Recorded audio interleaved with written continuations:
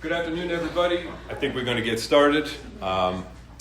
Thank you guys so much for coming out today. This is our second edition of this series here at MCG, and we're very grateful to be in this wonderful new space again. This is a newer addition to their whole facility here, and it works really well for what we do, and we're very honored that they gave us the opportunity to come back and do it again.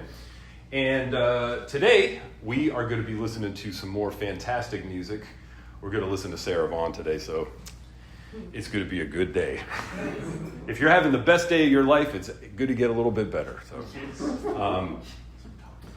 And we're going to be listening to just live recordings of Sarah Vaughan today. And I decided to do that because Sarah Vaughan had a wonderful long career, thankfully, and we have all these great records to listen to, but her studio records are interesting. There's some that are great, don't get me wrong, but her career was kind of plagued by two things. The first was shoddy management. She never really had really good managers. And the second is the record industry, which, back in mainly the 50s and 60s, there were some good things about it, and there were some things that were not good about it. And a lot of her studio records, for instance, like she was with the Mercury label for a long time. And some of those records are good, but some of them, the repertoire that she was required to sing was really not great. She always made it sound wonderful. Sarah Vaughan is one of the singers that could sing the phone book, and it would sound amazing. And when people talk about sort of the greatest female jazz singers, the three names that you always hear are Ella Fitzgerald, Billie Holiday, and Sarah Vaughan. And for good reason, because I think they probably are the three greatest. Sarah Vaughan, and before we get to this music, it's probably good if we talk a little bit about her and her life, because Billie Holiday and Ella Fitzgerald had very difficult childhoods. Billie Holiday's entire life was difficult. But they came from difficult situations. But Sarah Vaughan, thankfully, came from a much better situation. She was born on March 27th of 1924 in Newark, New Jersey, and she came up in the black church. Her parents were both musical. They weren't professional musicians, but they were very musical people. Her father, whose name was Asbury Vaughan, that's an incredibly royal name, Asbury Vaughan. That's wonderful. He played guitar and a little bit of piano. And her mother, her name was Ada.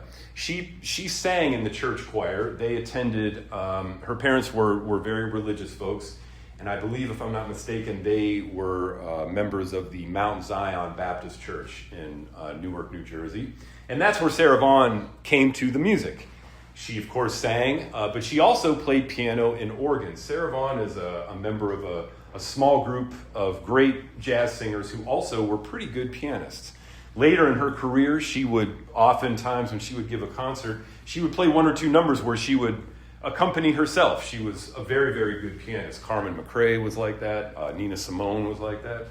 But that all came from the church. She sang a lot in church, of course, but she also played piano and organ. And then, as a teenager, she attended what was then still relatively new, the Newark High School for Performing Arts. And while she was in high school, her first professional gigs were, believe it or not, at the Newark Airport. There was a club there called the Piccadilly Club, and she played and sang in there as a teenager. But in 1942, when she was still a teenager, that's when her career really began, because like Ella Fitzgerald, she won the Apollo Theater Amateur Contest. Ella Fitzgerald famously won that when she was 16, and that led to her playing with Chick Webb and everything else. And Sarah Vaughan had a similar experience. She won the amateur singing contest, and as it worked back then in 1942, the prize was $10, and you got to appear for a week at the Apollo Theater. And there's a great interview with her where she said, "I didn't care about the Apollo Theater, I just wanted that $10." And then from there, this is sort of where her career begins in earnest, because there's a couple different stories, but either Billy Eckstine heard her and recommended her to the great Earl Father Hines. Already we have 2 Pittsburgh connections. Or Earl Hines heard her and offered her the job on the spot. I've heard both stories. I wasn't there. I'm not going to. Either way, it doesn't matter. She ended up singing with the great Earl Father Hines big band beginning in 1943. And she was with that band for about a year. And then in 1944, Pittsburgher Billy Eckstein, who was the male singer in the Earl Hines band, left to form his first big band, which was the great Hepsations of 45. This was like the first bebop big band. It included Charlie Parker. Charlie Parker and Dizzy Gillespie were also in the 1943 Earl Hines Orchestra. That band was not recorded because of the recording ban, which is a real shame. I keep hoping that someday there's going to be some radio broadcasts that are uncovered that will allow us to hear that band. But she ended up singing with Billy Eckstein's first big band in 1944, and thanks to our very own Charles Teeny Harris, we have a very interesting photo. This was taken here in Pittsburgh in 1944 at what is now the New Granada Theater, which they are restoring. That venue had a few different names. At this time, it was called the Savoy Ballroom. It was also called, I believe, the City Civic Auditorium. It had a few different names. But this was taken there in 1944. You can see Sarah Vaughan right here sitting next to the trombone section. And if you look real close, that's Tommy Turrentine right there. That's Tommy Turrentine's trumpet right there. So we're surrounded by all this music, which is great. Is it the same trumpet that's in the photo? Probably not. But I don't know. And I have no way of figuring that out. That's a good question, though. So this is kind of how her career began, and she made her first records with Dizzy Gillespie and Charlie Parker, which is pretty amazing for a young person who was 20, 21 years old at that time. And what we're going to do today is we're going to hear a bunch of different live recordings throughout her career. So the first recording that we're going to hear is from June of 1946. The last recording we're going to hear is from 1978. So we're going to get a chance to kind of hear how her style evolved, because it's pretty amazing. And when we get to the end here, I think you'll be able to hear this, because she kind of had the whole package as a singer. She had probably one of the greatest instruments of all time. Her voice was pretty incredible, the things that she could do. I've read a bunch of different pieces over the years, classical singers talking about how special she was. She could have easily been an opera diva if she wanted to. She had that kind of voice. But she also had an incredible gift for improvisation. And the two of those things are pretty rare. And then on top of that, she developed over the years this style that was unbelievably unique. It was vocally virtuosic. It was artistically incredible. I mean, it's kind of amazing. So we're going to start off, and we're going to hear a recording, as I said, from June of 1946. Now, this is a very interesting recording. So this comes from this 2 CD set that came out a while ago. This features Dizzy Gillespie's first big band at the Spotlight Club, which was on 52nd Street in New York. And it was a very tiny little club, and they packed this amazing big band in there.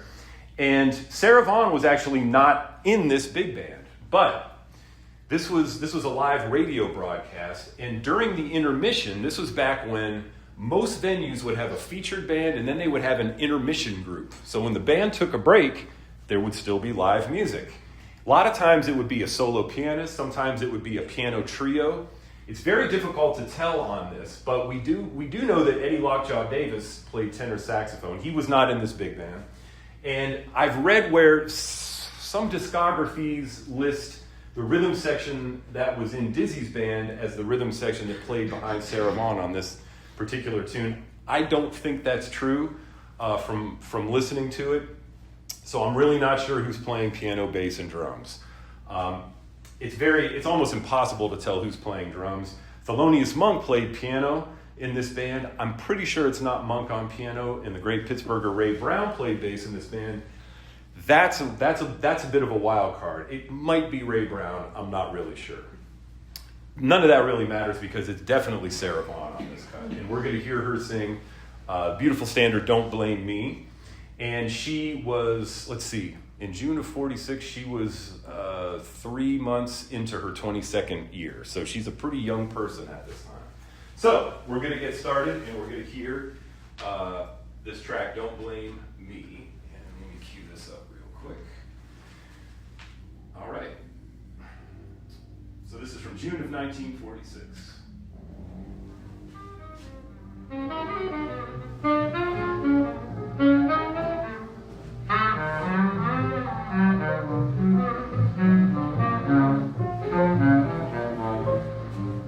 Don't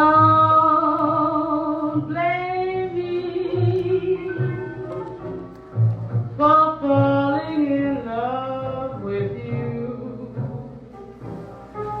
I'm under your spell. How can I help it? Don't blame me. Can't you see when you do the things you do? If I can't conceive the thrill that I'm feeling, don't blame me. Can I help it? If that doggone moon up above makes me need someone like you to love.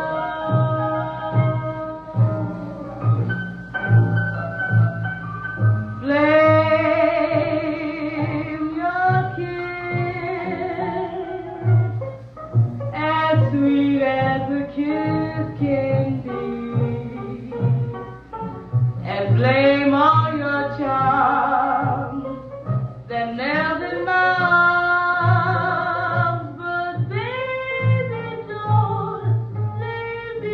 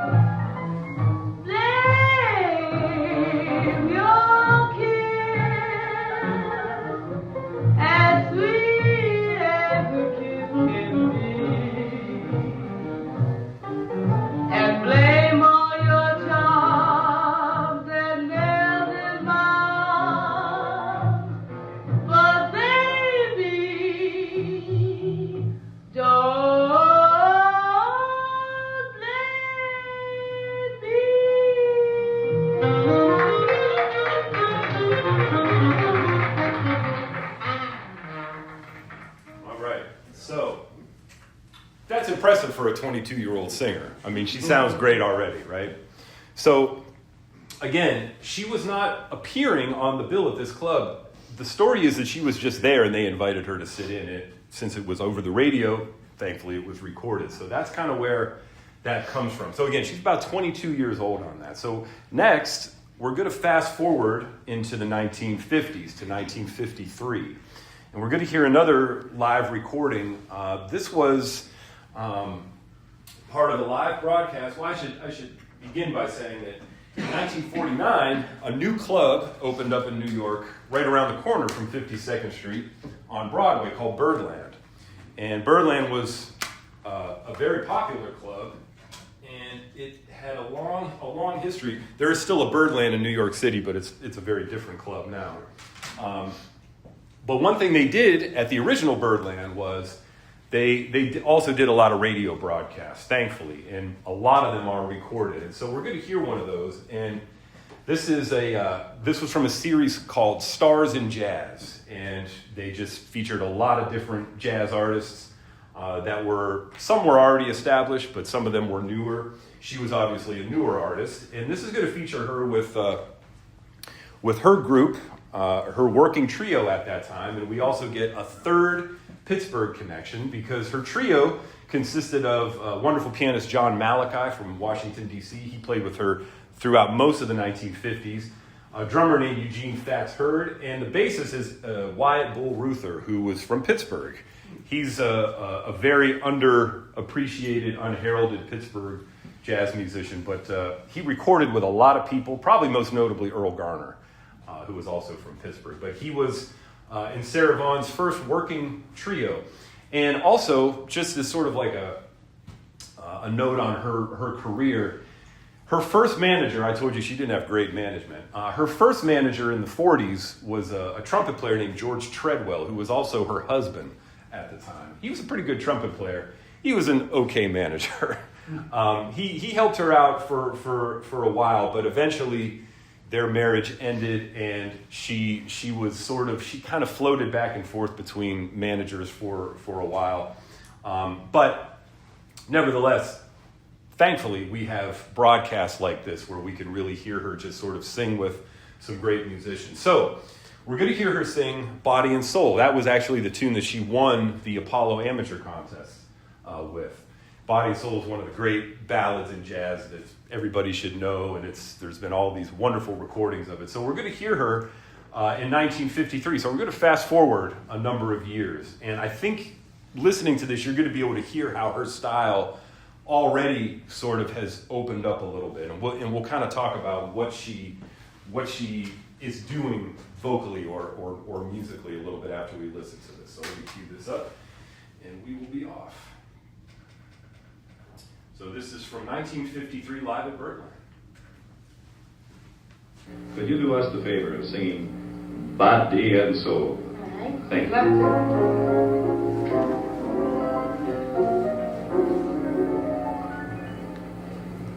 My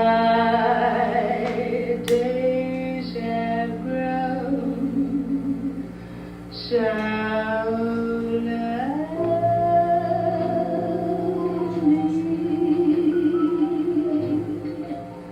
For you I pine, for you dear only. Why haven't you seen it? I'm all for you.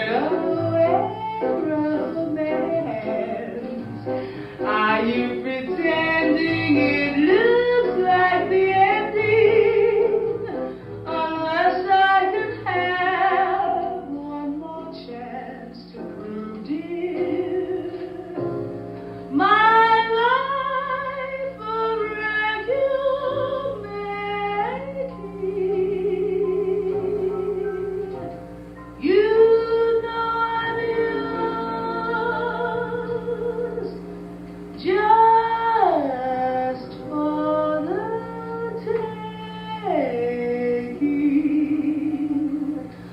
Oh, baby,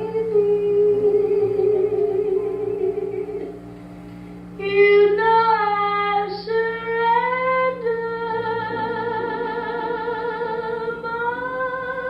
myself to you,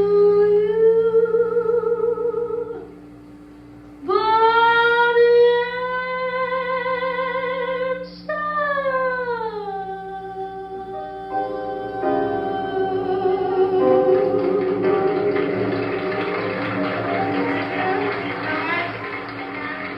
Wow. Yeah. Don't think that'll happen. Right. So that's quite a difference in style, right? So what did you guys hear that was different between that and Don't Blame Me from 46? Anybody want to try to verbalize what you heard that was different about her singing on that? George. I mean, just melodically, you know. Yeah. I mean, she's certainly taking a lot of beautiful liberties. Yeah. Yeah. And that's not just melodically, I mean, rhythmically with, you know, cadenzas and whatnot, but just the command of, she's in charge of Yes. everything there. Yeah, yeah, that kind of sums it up. You know, she had an incredible gift for being able to. It's hard to verbalize. That's why you know it's great art, because it's hard to like put into words, right? The way she slides in and out of phrases, and the way that she rhythmically, she had. We'll talk about this in a little while after we listen to her scat sing. She had one of the most incredible sort of concepts of how to use rhythm. You know, like if you compare her, this is a fun thing to do. If you listen to her scat sing and you listen to Ella Fitzgerald's scat sing, both of them are like two of the greatest. But they're very different, especially in the way they use rhythm. Remember, jazz is a rhythmic revolution in music. That's what makes it different from other kinds of music. And what's so cool about it is you have so much leeway in the music that you can craft your own way of using rhythm with any song. And to me, this is one of the first recordings where you can really hear her doing that. And she's still a young person. You know, she's not a seasoned veteran just yet. And to have that, as George said, the command of not just her voice, which is hard enough to be able to use your voice and, you know, playing any instrument, whether it's your voice or a piano or whatever, to have the command of the instrument is hard enough. As somebody that's been trying to play an instrument for 30 years, I can attest to that. It's hard. But then to be able to have that level of artistic maturity at that age is really, that's something that's very special. So, okay. Her phrases were more elongated. Totally. You know, Yes. And that was the thing. She became more than just her predecessors were doing. Yeah. They sang the songs based on the format. Of course. And the format. Yep. She became more elongated. She became more, and part of it's lyrical. But she was also, I think this was what Georgia was getting at, she was part of that same rhythm section. Oh, yeah. You know, so she would, the phrases that she just wasn't doing it for vocal gymnastics. Exactly. She was doing it to fit in with the music, the timbre of the music. Yeah, absolutely. I agree. Okay, so from here on out, we're going to sort of hear her in her sort of mature style, because by the mid-50s, by 1954, 55 or so, her style had kind of developed. And then she kind of just, like a lot of real masters of this music, they develop to a point, they're able to forge this style in the music, and then it just becomes like good wine. Like it just gets better with time. And certain things change, and especially, you know, singers have a different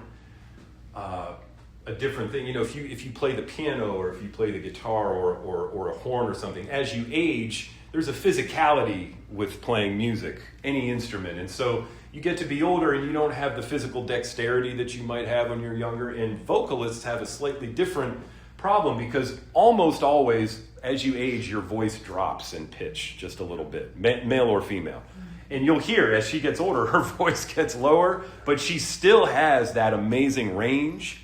she also still, her improvisational prowess and ability is just like, it's kind of incredible. So anyway, I'm getting a little ahead of myself. So what we're going to do now is we're going to move to one of her classic live records, which is this one, live at Mr. Kelly's. Mr. Kelly's was a famous club in Chicago.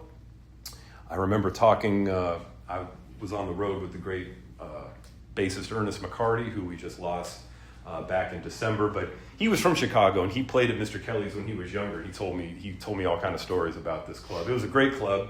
And this was recorded in August of 1957, and this was also sort of her new working trios, rhythm sections, and it's one of the best. The great Jimmy Jones on piano, who's not very well known, but he was a wonderful pianist. He was also a great arranger. He wrote a lot of great big band arrangements, but he was a wonderful pianist for singers. He was an incredible accompanist. The great bassist Richard Davis, young Richard Davis, who was from Chicago, is on bass, and of course the great Roy Haynes, who we also just lost a year or so ago. So we're gonna, I think we'll hear the first two tunes. These are both pretty short tracks. One thing about Sarah Vaughan that was interesting, as amazing as she was of course most famous for being the great singer she was, but she was also famous for forgetting lyrics. When she would sing, she would forget lyrics, but she was so great that it never mattered because she would just make something up that was, even better. And she would always make it, instead of it being this, oh my God, I forgot, she would turn it into something fun, Ella Fitzgerald would do that too, but Sarah Vaughan was kind of famous for not remembering lyrics to the tune. So we're going to hear the first two cuts on this record. Whoops, sorry, turntable. I'm still getting used to all this gear. I'm not... Here we go. So this is live at Mr. Kelly's. Okay. Up turntable. There we go.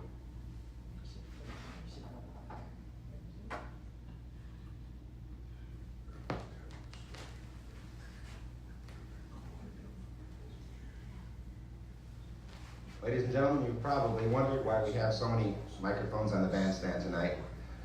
The reason for it is that this show, Sarah Vaughan, is recording for Mercury Records, and that actually this performance is being taped. So in a small sense, you are all Mercury recording artists for tonight. So we'd appreciate if you act normally as you would. This show will be the same as any other. Don't act one normal. exception, that Ms. Vaughan will use lyric sheets. So don't let that distract you. And now Mr. Kelly takes great pleasure in presenting Mercury recording artist, the divine Sarah Vaughan.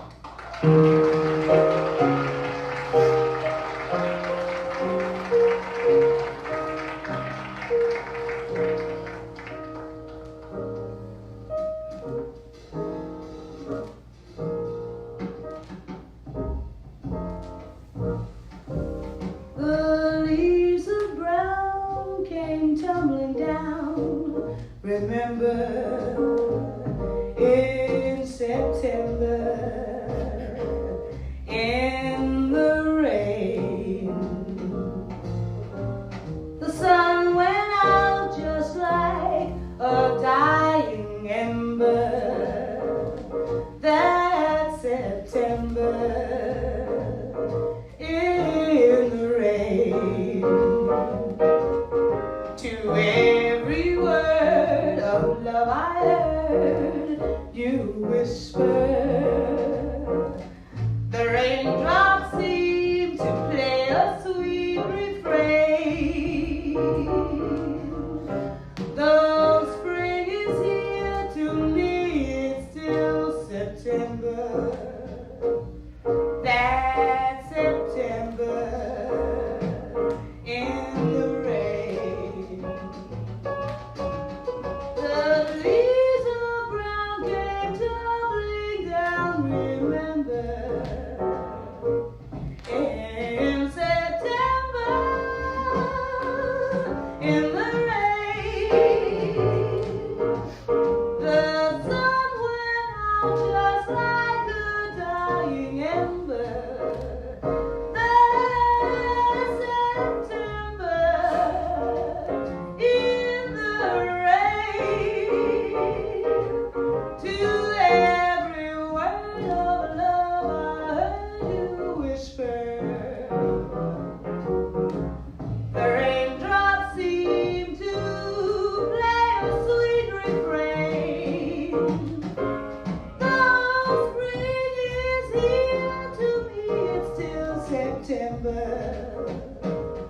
that September, in the rain, that September, in the rain.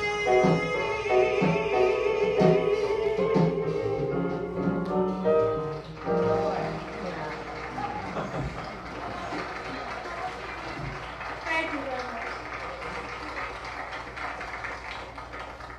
Thank you. The next number is Willow, wait for me. In just a minute, we're going to find a key.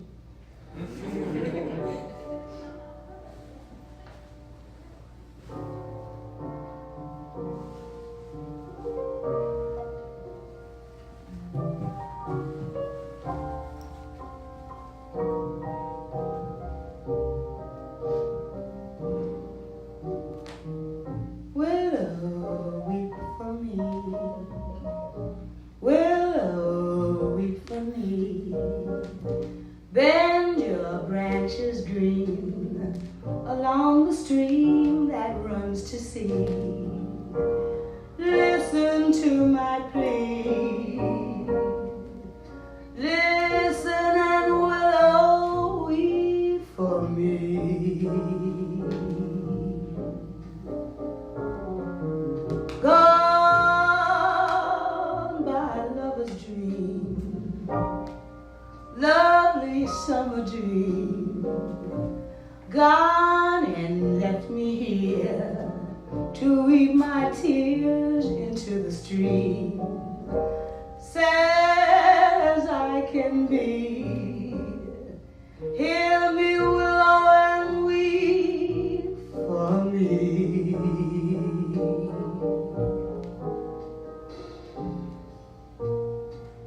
Whisper to the wind and say that love has sinned, to leave my heart breaking and making a moan. Murmur to the night to hide her starry light, so none will find me sighing and crying all alone. Weep for me, weep in sympathy. Bend your branches down along the ground and cover me. When the shadows fall, bend, oh willow, and weep for me.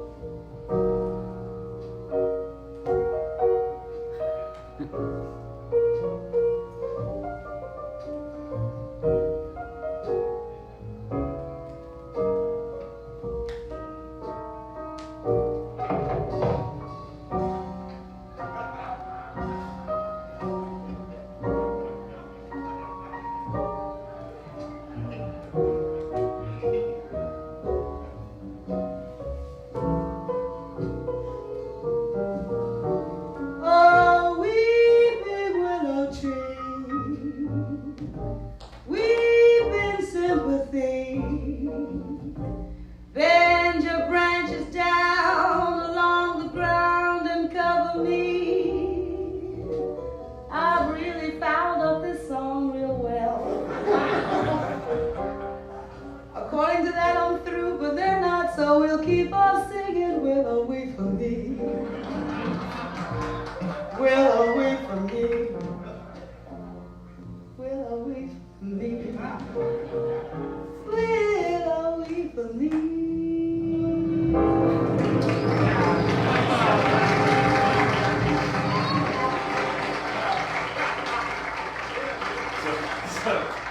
Yeah, they left that on the record.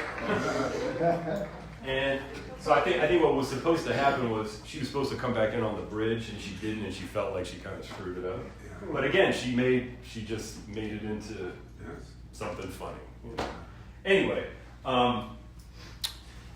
next up, we're going to hear another live record from another great club in Chicago called the London House. There were a lot of great records that were actually made. Well, maybe not a lot, but there were several. Oscar Peterson, for one, made some great live recordings at the London House. This one that we're going to hear with Sarah, though, is going to feature her with members of the Count Basie Orchestra. She made a couple of really great, well, more than a couple, actually. But in the 50s, she made 2 records with Count Basie that are really wonderful. On the one's on Mercury, the other one is on the Roulette label. But as the story goes, she was appearing with her trio. Ronell Bright is now on piano. He was another great accompanist. Richard Davis and Roy Haynes are still there. And the Basie band was apparently in Chicago, and they either had a night off or they came to the London House after their gig. And several of them ended up sitting in and appearing on this record. And on this tune, I think we're going to hear Cole Porter's All of You. We're going to hear the great Thad Jones on cornet and the great Frank West on tenor saxophone, who were members of the sort of the New Testament Basie band of that period, which was, you know, a really wonderful band. So let me cue this up here, and we will check out All of You. This is sort of, I chose this because, you know, she as we, next up we're going to check her out scat singing. And that's when you can sort of really hear her as an improviser. She was on par with any of the great jazz soloists of this era or any other era.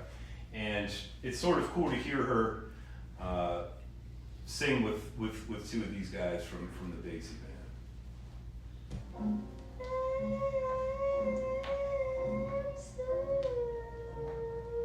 Sorry. Cueing skills are not up to par yet. Here we go.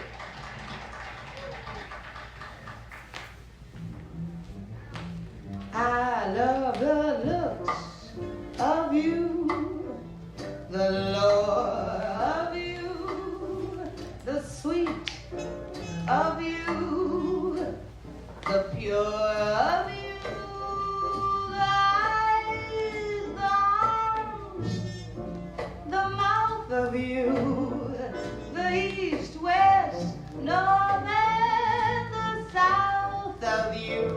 I'd love to gain complete control of you and handle even the heart and soul of you. So love at least a small percent of me do. For I love all of you. I love the looks of you, the love of you, the sweet of you, the pure of you, the eyes, the arms, the mouth of you, the east, west, north, and the south of you. I'd love to gain complete control of you and handle even the heart and soul of you. So love at least a small percent of me do.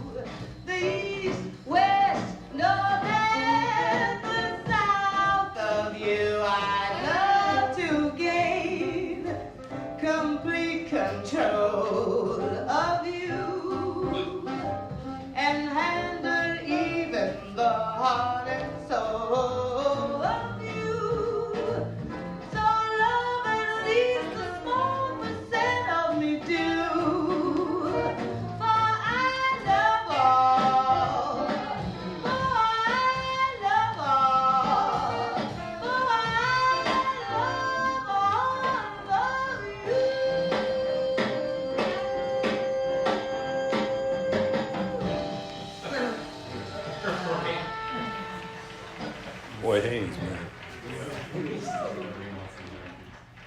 So it's really it's great to hear her play with great soloists. And you know, one of the other things about her singing, just from kind of like a technical vocal aspect, it's amazing how she's able to use and control her vibrato when she sings. That's a hard thing to do, and she's so great at it. It's really something. So, does anybody have any comments? Wow, okay. Mr. Bell? The one thing I love, especially with Jimmy Jones and the prior one, Yeah. that, comping is a lost art. Who you telling? No, you're totally right. Well, you're the rhythm nation, so you know. So No, you're right. You're right. No, but comp is a lost art. It is. And you can see from the first song you played, that was just a band that was there that night she walked in. Right. They're not used to playing it, so that's comping because, you know, the telepathy between, you know, anybody's in a trio is a larger ensemble. It's just that, you know, that rhythm section has to be glued in. Yeah. You know, and you got to really listen and comp, and you know, Yep. I don't know, you articulate that better than me as a musician, you or George. No, you're right. You know, You're totally right. But when you're comping, you know, there's just a beauty to it. Yeah. So comping is short for complement or accompaniment, right? And for a singer, the chordal instrument, whether it's a pianist or a guitarist, that's a very, very special relationship. And if you're a pianist or a guitarist, being able to work with a singer is an incredibly, first of all, it's an important skill, but it's also one that is really difficult. It's not an easy thing to do. That's also true working with singers if you're a bassist or a drummer. As a drummer, from my vantage point, that's what I play. You know, it's the challenge with a great singer is to be able to maintain intensity without volume. That's really challenging. Because, you know, drums, you know, we can blow everybody off stage if we want to, you know.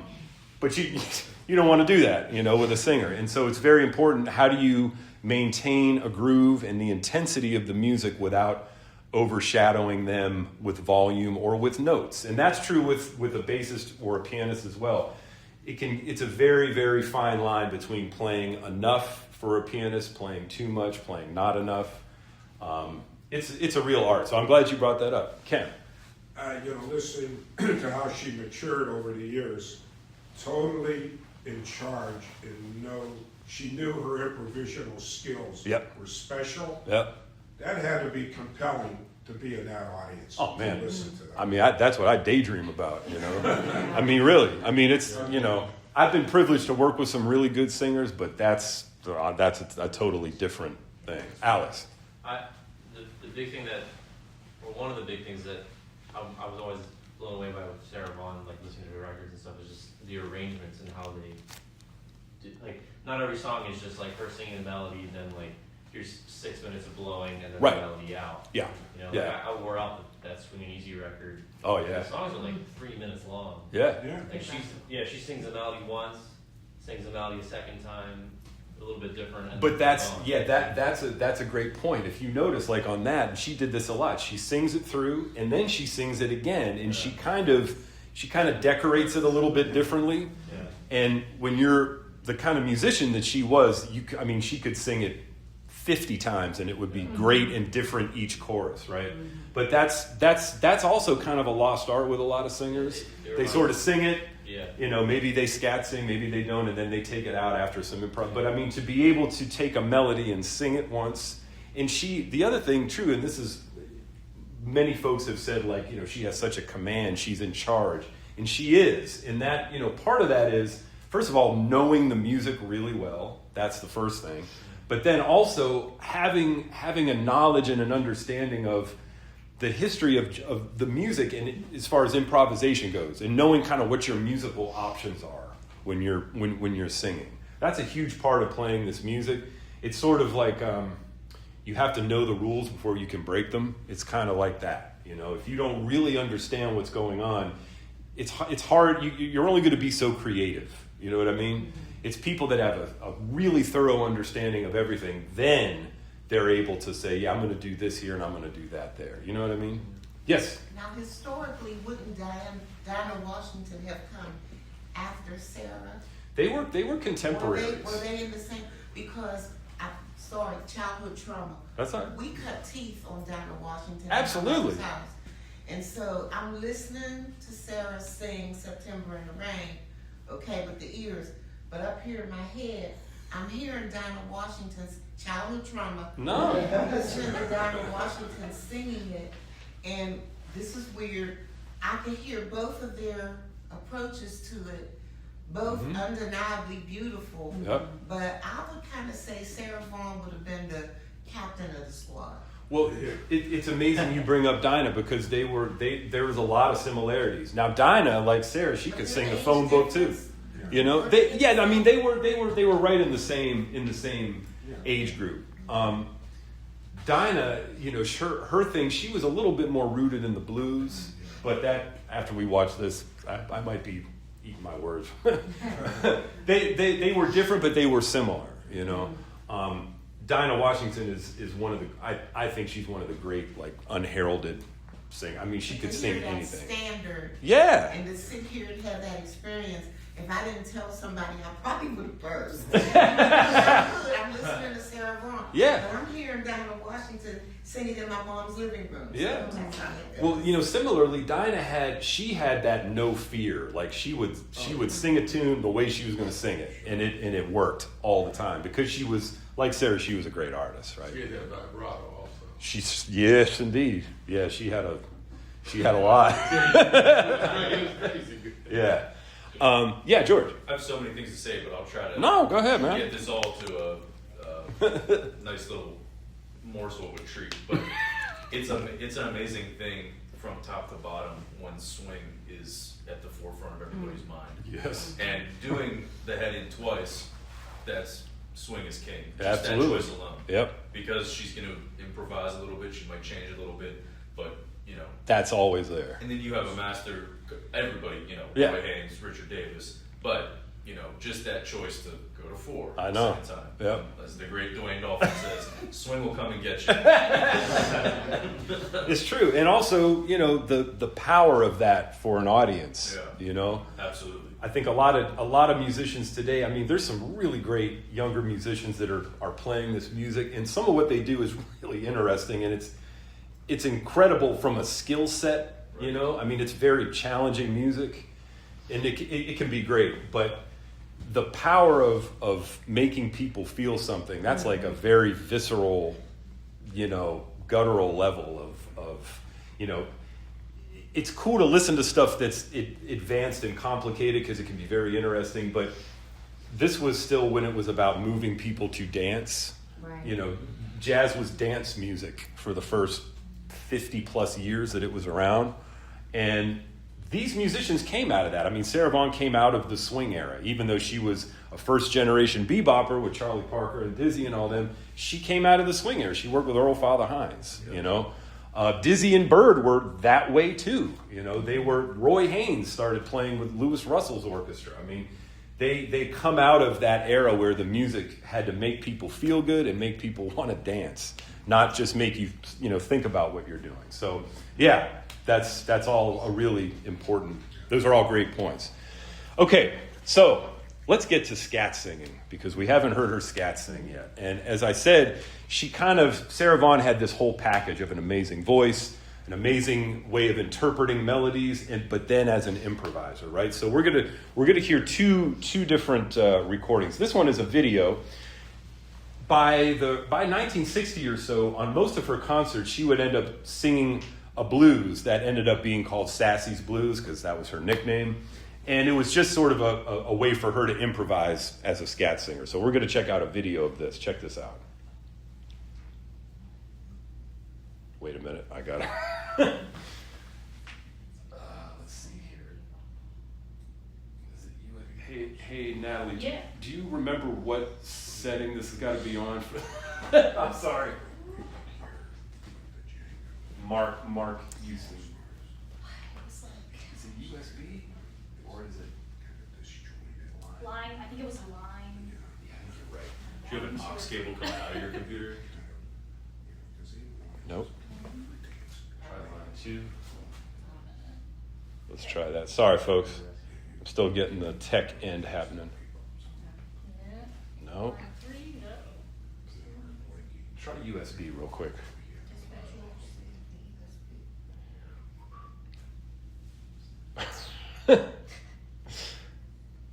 I tell you what, could you maybe ask Marty? I can play something else while we do this. Oh wait, was it like optical? Oh yeah, maybe it was. Optical one. There's so many. I know. It's ridiculous. Yeah. Optical one. Try the other one. No. Yeah, I don't know. We had this issue last time. I do not remember. That's okay. Could you send Marty a quick Yeah. message? That's right. We're going to come back to this. I have another.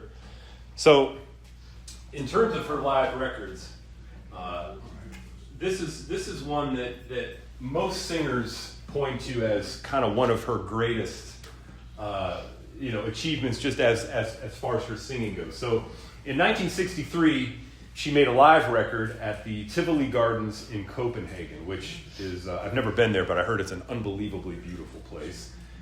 This is a live record, and she has a new trio. Kirk Stewart is on piano, the great Buster Williams on bass, who is still with us and playing great, and a great drummer named George Hughes. And this is a real sort of tour de force for her scat singing. Whoops. And this is the tune "Sometimes I'm Happy," and it's really something. So we're going to hear that next, and then we'll go back and hear her sing the blues.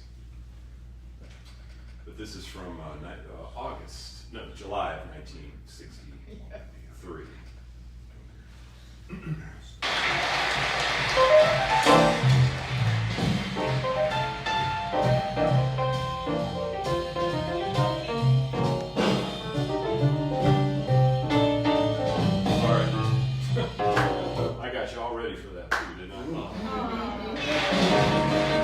Here we go.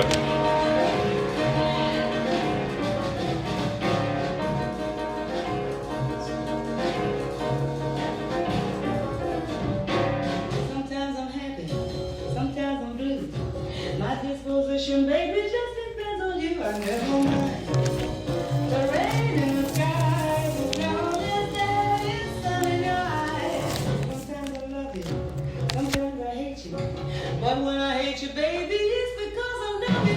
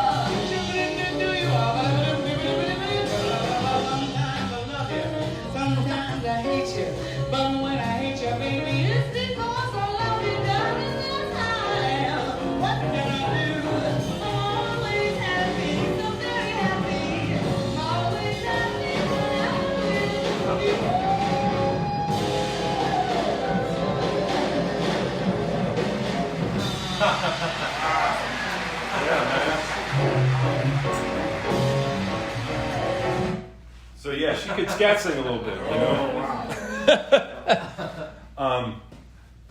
Mark, thank you so much for helping us out. I'm gonna try. Okay. I'm gonna try. You did it last time. Yeah, that's why I brought you. So do you know what this needs to be audio on? is gonna come out of the TV.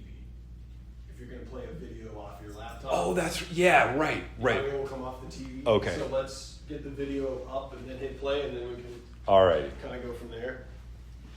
And I'm guessing it's just a volume thing on the TV.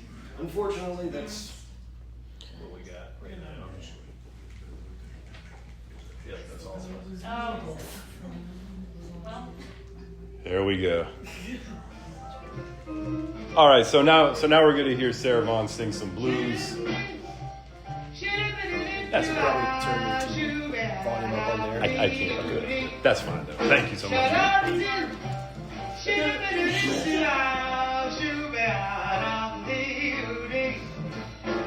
up, new.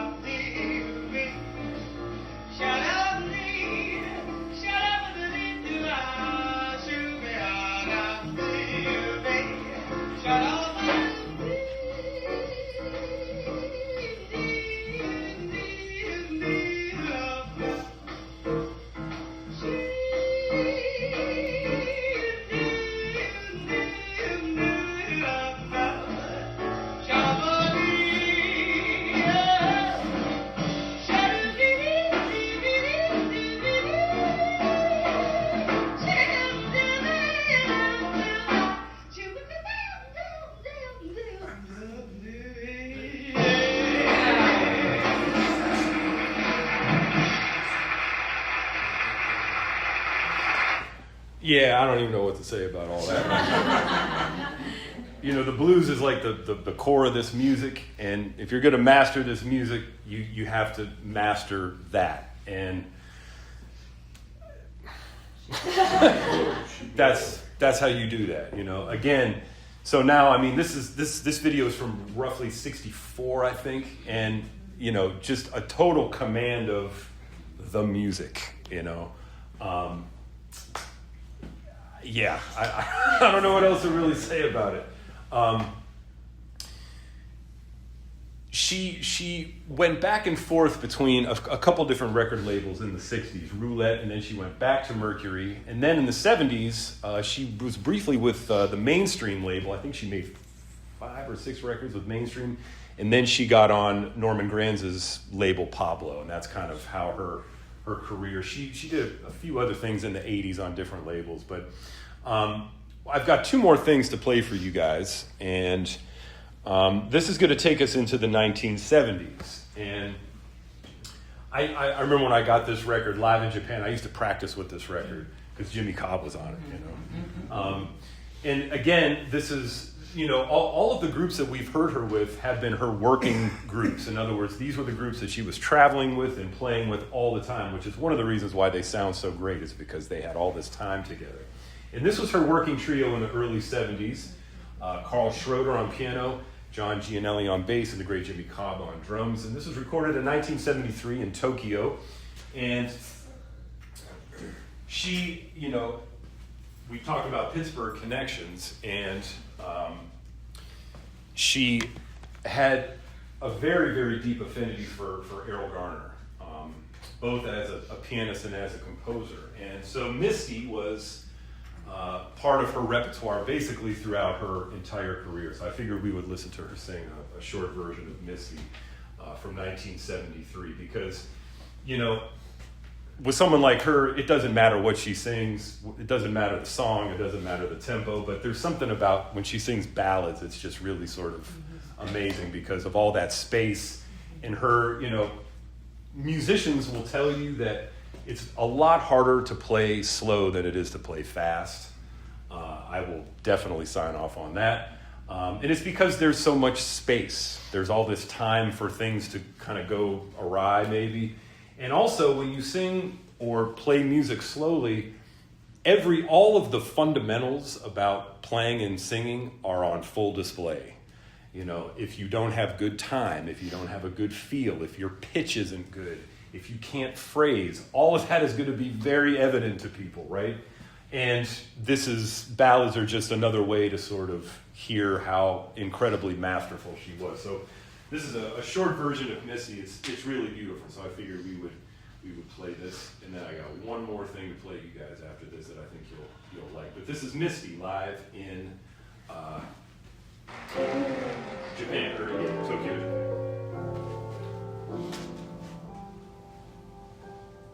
Look at me.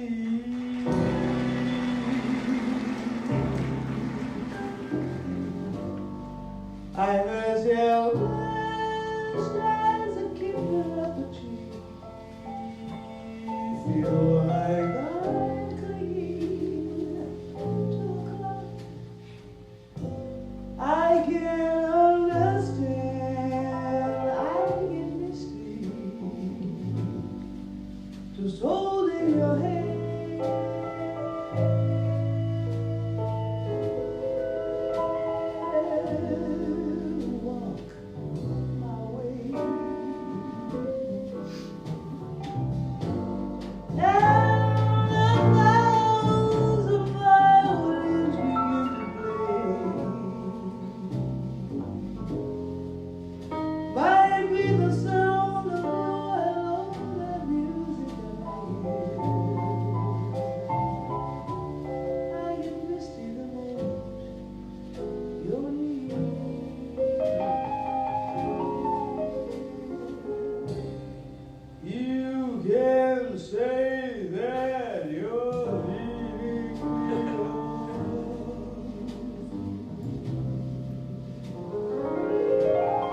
And it's just what I want you to do.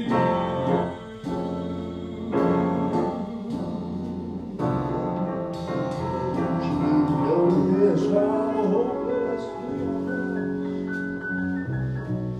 That's why I'm following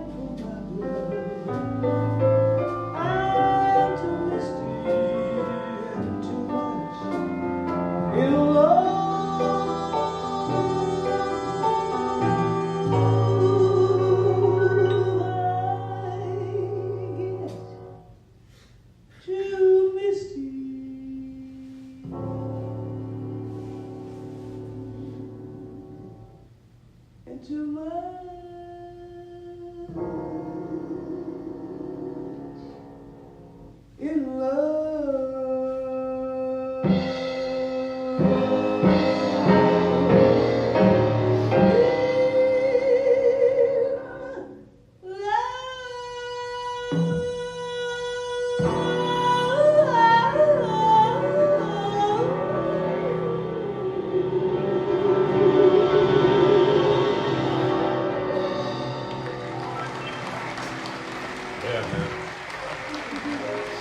Yeah, so, again, like,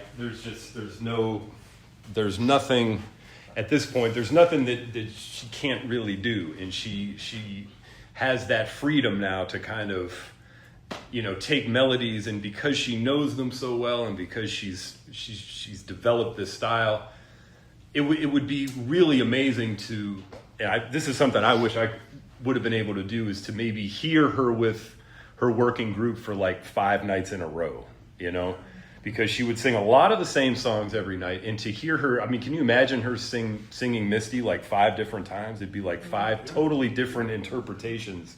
It's really something, and that's why, thank God for these records, because we can listen to it, and you can really sort of get inside, what these great artists do, even though, you might not be able to listen on that level, several nights in a row. You can kind of get close to that. You just missed your chance. Here in Pittsburgh at the Crawford Grill, oftentimes people will be here for a number of days. Absolutely. And so you could go, and I can recall relatives, bigger cousins and whatever, they might dress a little fancier on the than, I'm talking about the women. Of course. But, Come on, get the purpose up. On the weeknights, more casual, but ooh, they put on the dog on the weekend. and the Crawford Grill afforded you the ability to hear them a few nights in a row. I know, and I wish our culture still supported music like that, George. Man, it's so important. I'm going to put my aggravated brain on full display. Go right ahead. It's so important that young musicians come to these just to see what this is, because as great and as masterful as Sarah was in that last trio, that's simply the standard. It's right. If you're not being creative like that, if you're not doing things like that, what are you doing? Yeah. That's the example. Yeah. That's you're like, right. I could give a Steelers Mike Tomlin reference. The standard is the standard. Yeah. No, you're right. And if you're not meeting Super Bowls every, it's like, what are you really after? That's a great point. That's a ridiculous sports analogy, but no, that's what it needs to be. There needs to be arrangements, creativity. Yeah. Yep. And people need to be shooting for that. All the time. Yeah, that's a great point. I mean, it's things are so different today in terms of, like, I think what motivates a lot of people in music. Right. I wonder if Sarah Vaughan would have been concerned with like likes. No, I kind of don't think she would. Right? What do you mean? What do you mean? Like social media. Oh. See, man, that's how hip you were. You didn't even know what he was talking about. I gotta ask, because the reality of it, I saw Sarah in Newport. Wow. When I was a young cat. Yeah. I mean, I was a young boy. Yeah. I ain't gonna tell you, I was people you all know, and we decided in the middle of the night, 10 o'clock, we were gonna drive to Newport for the Newport Jazz Festival. Man.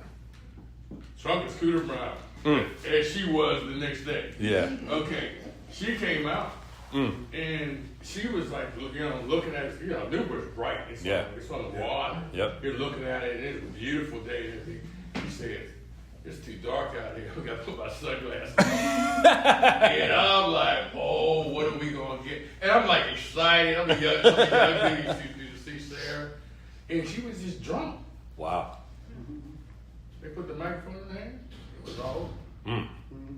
No, it was majestic. Wow. And this is what you're seeing here. Yeah. It was majestic. She had such vocal allure, variety. She had a weapon.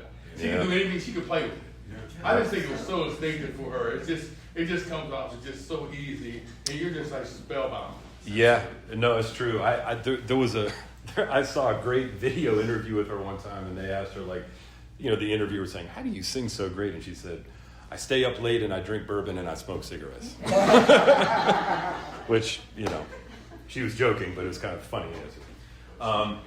So I've got one more to play for you guys, and this is another video. This is an appearance of her on The Tonight Show, and I saw this recently. My good friend Tony DePaulis actually posted this on social media.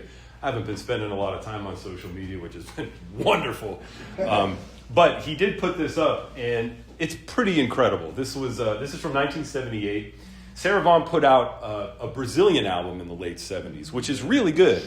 And so she was sort of appearing to support this record. So this is from 1978, and this is a beautiful ballad called "If You Went Away," and this is pretty special. Just her singing on this. So check this out.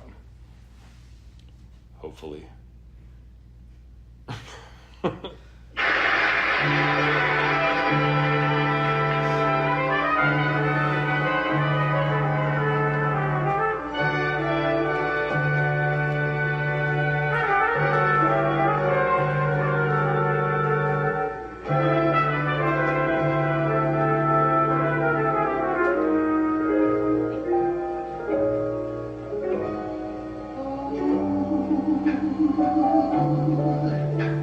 If I could just make my heart understand the way I feel when you're holding my hand. My world is safe and it's worth waiting for. Even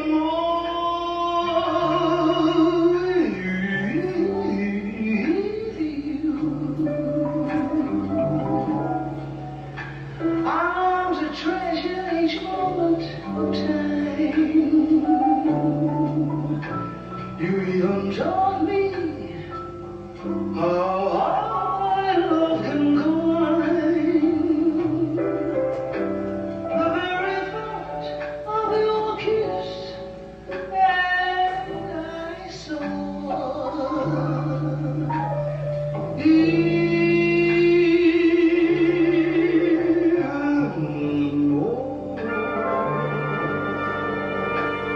My heart is bursting to say